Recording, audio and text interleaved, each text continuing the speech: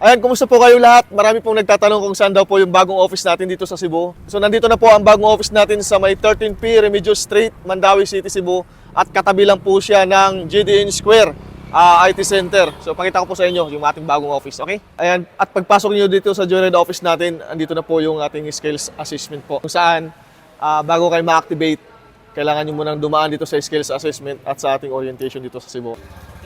Okay, so meron tayong mag-skills na new applicant dito sa Cebu at ang gamit niya ay Honda Beat 110cc.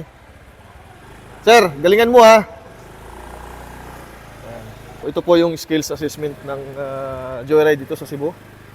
At ito po yung gagawin nyo pag kayo din po ay nag-apply dito sa Joyride Cebu office natin.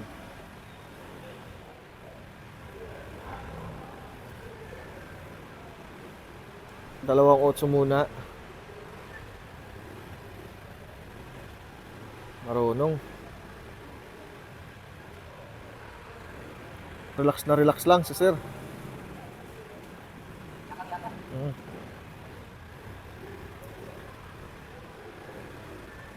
Okay. Tapos tulay. At sigsag.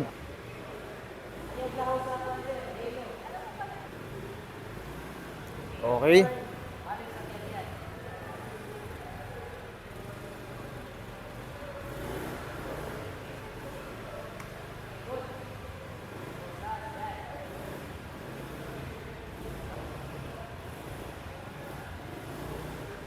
Medyo mahirap yung skills dito sa Cebu.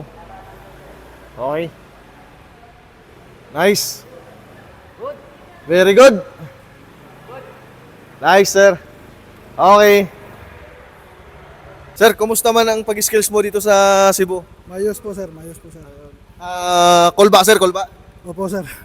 Kulba kayo sir. Sir, congrats, pasado po kayo. So good day sa lahat no ng willing applicant. Mao ni ang ato ang Joyride Skills area. So invite nako kamong tanan na mga Bisaya dito sa ating Joyride Cebu office no with free 4,000 top up. No charges if mag-apply kayo.